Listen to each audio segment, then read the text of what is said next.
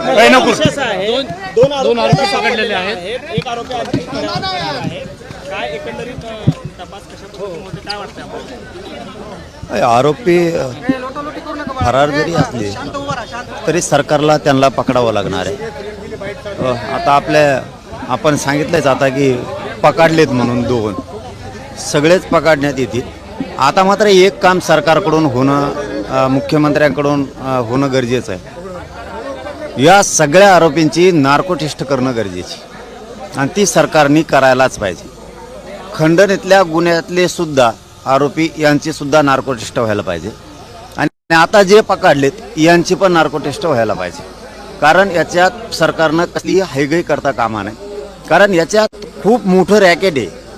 कारण यांना जर पुण्यातच अटक होती, पुण्यातूनच सगळ्यांना पकडलं जातं आहे, तर याचा अर्थ असा होतो की सरकारचं आणि सरकारमधल्या कुठल्या तरी मंत्र्याचं यांना राजकीय प्रचंड पाठबळ आहे.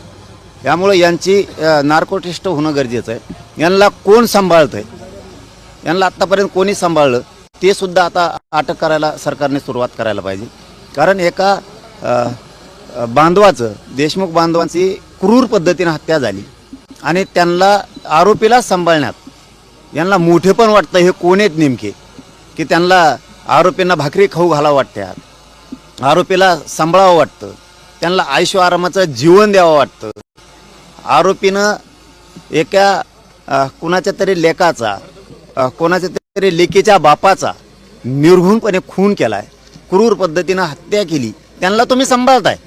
त्यामुळे सरकारनं त्यांना सुद्धा पाठीमागं ठेवलं नाही पाहिजे. कारण हे सगळं रॅकेट आहे प्रचंड मोठं. आणि याच्यात नार्को टेस्ट जर खंडणीमधल्या आरोपींची आणि हत्यामधल्या आरोपींची जर नार्को टेस्ट झाली तर याच्यात 100% सरकारचे कोण मंत्री येतं, आमदार आहेत हे मध्ये येणार आहेत आणि ते घेतलेच पाहिजे. सगळे आरोपी बीडमधूनच सापडत आहे आणि तिथं सीआयडीचं मुख्यालय आहे. एवढं दमदार खातं त्या ठिकाणी असतं. सीआयडीच्या हाती कोणी पुण्यातून सापडलं. परत SIT नेमण्यात आली आहे नवीन. SIT मार्फत ही चौकशी. सीआयडीला कोणी सापडत नाही, हे डावच 100% सरकारमधले मंत्री याला खतपाणी घालतायत. कारण हे इतके दिवस लपून राहत आहेत. काहीतरी कट कारस्थान शिजल्यासारखं सामूहिक कट शिजवतायत हे, म्हणजे सुटून जाण्याचा म्हणा किंवा पोलिसांना हुलकावणी देण्याचा. आणि याच्या पाठीमागे सरकारमधला मंत्री, काही आमदार असायला पाहिजेत, जेणेकरून हे यांना शिकवतात, तू असा पळ, तू तसा लपून बस, मग इतक्या दिवसांना अटक हो आणि पुण्यातच हो. म्हणजे तुम्हाला पुण्याचं नाव बदनाम करायचं का? बीडचं तर केलं तुम्ही, पण आता पुण्याचं जिल्ह्याचं सुद्धा नाव तुम्हाला खराब करून टाकायचं. हीच काहीतरी याच्या पाठीमागची त्यांची भूमिका आहे आणि हे आरोपींना शिकवत आहे. 100% हे खरं आहे. नाही, पण त्याच्यामध्ये असं वाटतंय का की हे प्रकरण हळूहळू थंड करून हे सगळं प्रकरण दाबण्याचा प्रयत्न होतोय? कारण आधी 4 सापडले, नंतर 1 हजर झाला, नंतर 2 सापडले. अरे यांच्या बापाला थंड होत नाही. यांच्या बापाचा बाप आला ना, दबूच देत नाहीत मॅटर आम्ही. तुम्ही लपताय ना.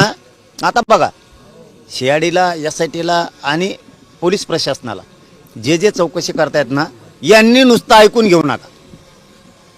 हे कोण साखळी आहे नाही, ही सगळी साखळीमध्ये घ्या. इथून पुढं किमान म्हणजे महाराष्ट्रातल्या पोलीस प्रशासनाला सांगणं आणि गृहमंत्र्याला सांगणं, इथून पुढं असे खून करणाऱ्याला लोक सांभाळणार नाहीत. म्हणून हे जे लपून ठेवत होते ना, यांना पहिलं मध्ये टाका, यांना सोडू नका. कारण हे सुद्धा त्या खुनाला जबाबदार आहेत. कारण तुम्ही आरोपी लपून ठेवतात म्हणजे तुम्ही सगळेच या षडयंत्रात सहभागी होतात, या कटात सहभागी होतात. कारण इकडं खून करायचं आणि तुम्ही इकडं लपून ठेवायचं, म्हणजे तितकेच हे लपून ठेवणारे सुद्धा हत्येला जबाबदार आहेत. यांनी ज्या ज्या गाड्या वापरल्यात त्या गाड्यावाले सुद्धा याला जबाबदार आहेत. कारण हे घेऊन पाहतं, यांना एखादं लेकरू गेलंय याचं दुःखच नाहीये.